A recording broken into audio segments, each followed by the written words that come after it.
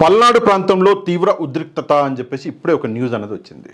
అసలు విషయం ఏంటి అంటే నిన్న ఎలక్షన్ల సందర్భంగా కొంతమంది టీడీపీ గూండాలు, నేను మళ్ళీ రిపీట్ చేస్తా, కొంతమంది టీడీపీ గూండాలు వైసీపీ కార్యకర్తల ఇండ్లని కూలగొట్టేశారు.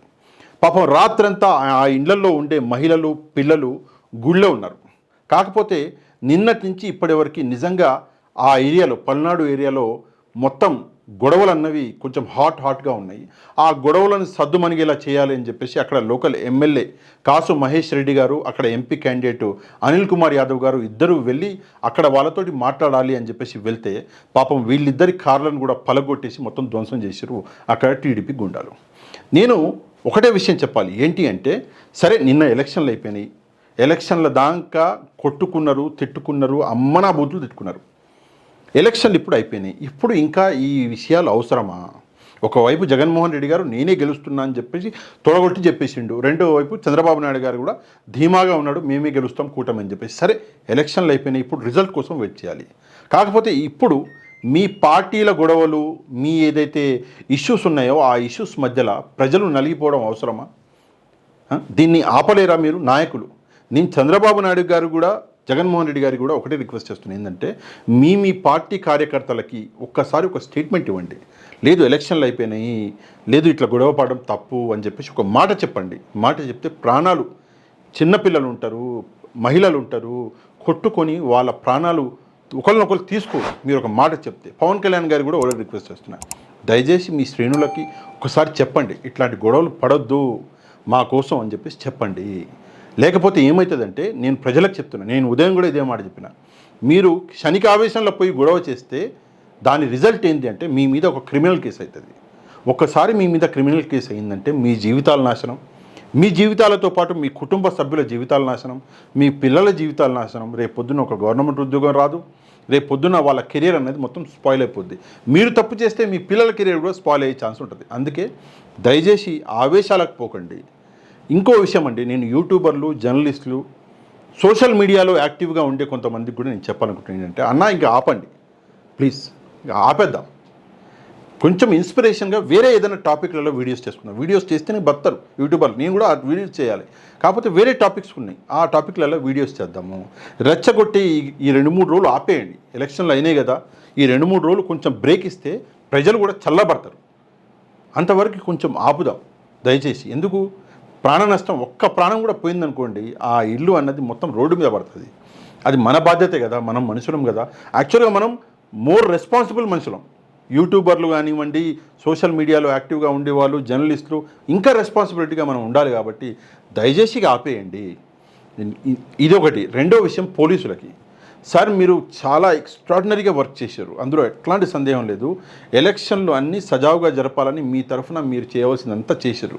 కానీ ఏం చేస్తాం, హాట్గా మొత్తం ఎలక్షన్లు జరిగినాయి. కాకపోతే మీకు చిన్న రిక్వెస్ట్ ఏంటంటే, కొంచెం ప్రజలు కోపంగా ఉన్నారు.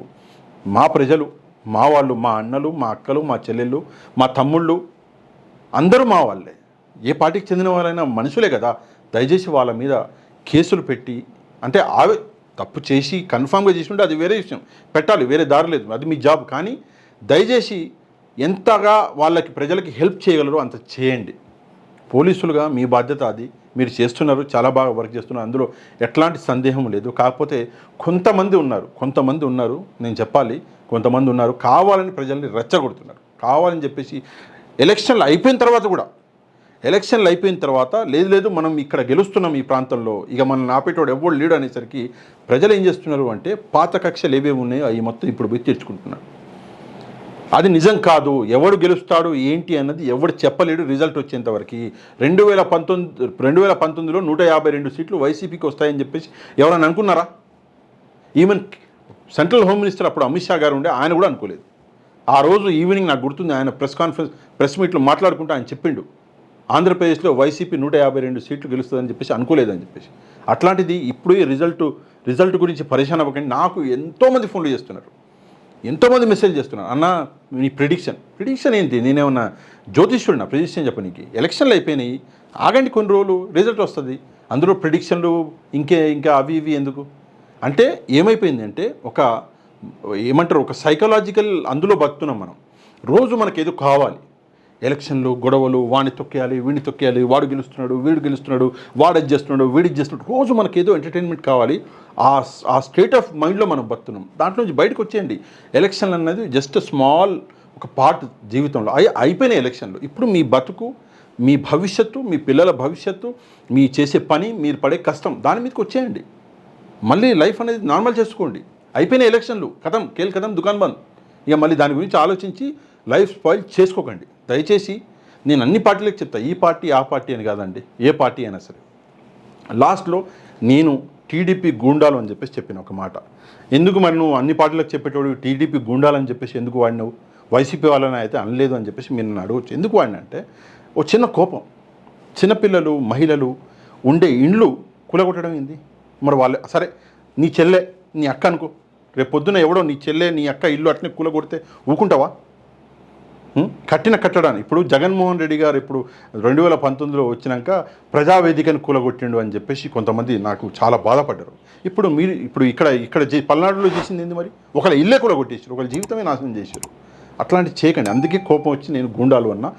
కానీ నేను ఈ పార్టీ ఆ పార్టీగా అన్ని పార్టీలకి మళ్ళీ రిక్వెస్ట్ చేస్తున్నా, అందరు నాయకులకి మళ్ళీ రిక్వెస్ట్ చేస్తున్నా, ప్రజలకి రిక్వెస్ట్ చేస్తున్నా, ఎలక్షన్లు అయిపోయినాయి, మీ జీవితాలలో మీరు తిరిగి వచ్చేయండి అంతే.